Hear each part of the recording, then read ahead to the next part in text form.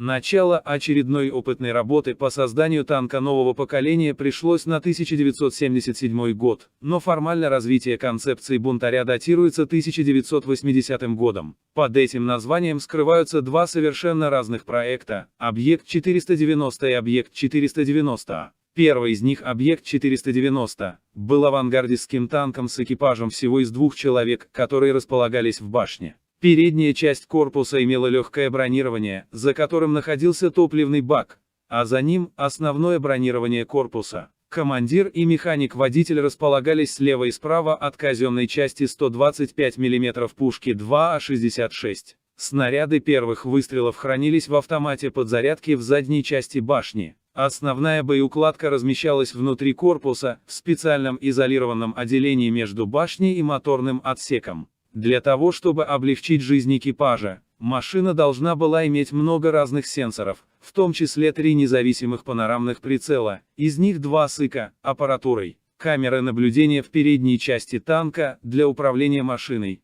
и 2 радиолокационные системы, одна на мачте с 6 антеннами, а вторая в передней части и на боковой стенке башни. Речь шла также о возможности полуавтономного движения танка по данным РЛС и обмене информацией о целях и угрозах с другими машинами. Система управления огнем предусматривала возможность автоматического обнаружения, классификации, слежения и обозначения выявленных целей. Для того времени это было подлинным футуризмом. Даже сегодня, в 21 веке, неизвестно, есть ли возможность создания столь крутой машины с экипажем, состоящего всего из 2 человек. В 1980 году это было фантастикой, на что намекали и ряд конструкторов ХКБМ имени Морозова. В связи с этим в марте 1982 года в КБ приняли решение пересмотреть основные требования и создать технически реальный в тогдашних советских условиях проект. Так появился Объект-490А «Бунтарь». В новой разработке решили вернуться к экипажу из 3 человек, правда, в условиях другой конструктивной схемы. Благодаря компьютерному моделированию и многочисленным испытаниям уже в начале 80-х годов оказалось, что наибольшую живучесть и значительное снижение массы танка обеспечивает конструктивная схема, по которой экипаж располагается в передней части корпуса.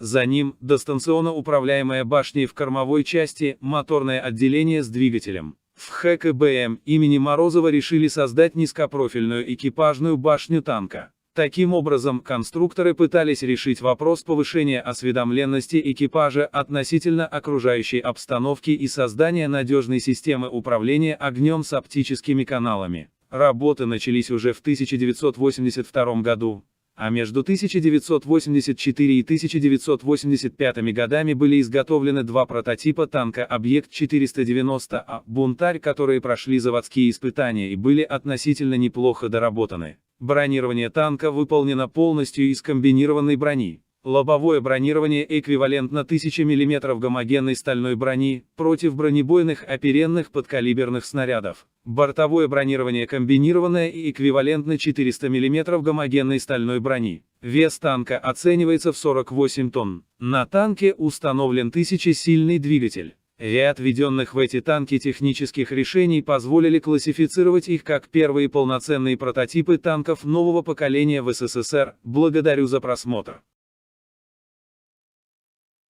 Нота. Третья танковая революция. Танки Т-34 и Т-64, которые были созданы в Харькове, в свое время совершили настоящие революции в танкостроении. А для того, чтобы осуществить третью, и создавалась нота, как раз перед распадом СССР. Под решающим влиянием гения тогдашнего генерального конструктора ХКБМ Александра Морозова, этот танк 4-го поколения прошел через несколько итераций, последними из которых были объекты «Молот» и «Нота». Об этом сообщает Defense Express. Эти проекты за полетом конструкторской мысли, конечно, на 2 десятилетия опередили российскую «Армату», которая частично и вобрала в себя наработки для последнего супертанка Советского Союза. Есть четкое убеждение, что для своего времени до начала 90-х харьковские проекты были концептуальными лидерами, которые объединили в себе прорывные решения по командной управляемости, подвижности, защищенности и огневой мощи. Да, и «Молот», и его преемница «Нота» оснащались новой пушкой калибром в 152 мм.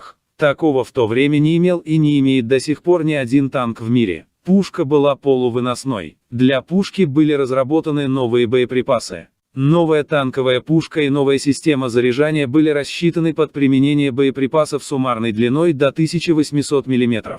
Эти боеприпасы имели чрезвычайно мощные энергетические возможности по сравнению с зарубежными образцами того времени. На практике это означало, что в танковых дуэлях та же нота всегда была бы непобедимой. Был цикл испытаний этих новых танковых пушек и боеприпасов с вполне положительными результатами в составе завершенного танкового образца. На сегодня в Украине есть комплектные образцы танка «Нота». Конечно, есть и вся необходимая рабочая конструкторская документация к изделиям «Молот», «Нота», а также их составляющих и подсистем. Некоторые из прорывных нотных решений, кстати, воплощены в БМ-оплот. По поводу популяризации самой ноты, кстати, уже было несколько безумных идей. Хотели было продемонстрировать нота на одной из международных оружейных выставок, а потом и на параде в День независимости Украины. Но секретность возобладала. Интерес к проекту на самом деле сохраняется и в самой Украине, и в нескольких других странах, которым интересна танковая мощь и амбиции.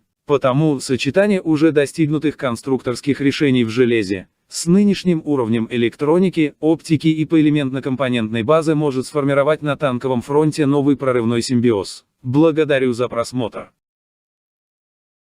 Ятаган, также известен как Т-84-120, боевой танк, разработанный в 2000 году КБ имени Морозова, является модификацией танка Т-84, оплот, адаптированный под стандарты НАТО 120 мм гладкоствольной танковой пушкой и механизмом заряжания, в развитой кормовой нише башни. Создавался для участия в турецком тендере. В Ятаган устанавливались средства связи французской фирмы Thomson, пулемет бельгийской фирмы Фейнхерстел и другие узлы европейских производителей. Поскольку победителем тендера стал немецкий Леопард-2, Ятаган серийно не выпускался и в настоящее время существует только в опытном образце. Хотя, если у кого-то есть другие сведения, пожалуйста, напишите об этом в комментариях. Краткие характеристики танка Ятаган. Боевая масса – 48,5 тонны. Экипаж – 3 человека. Длина корпуса – 7705 мм. Длина с пушкой вперед – 9720 мм.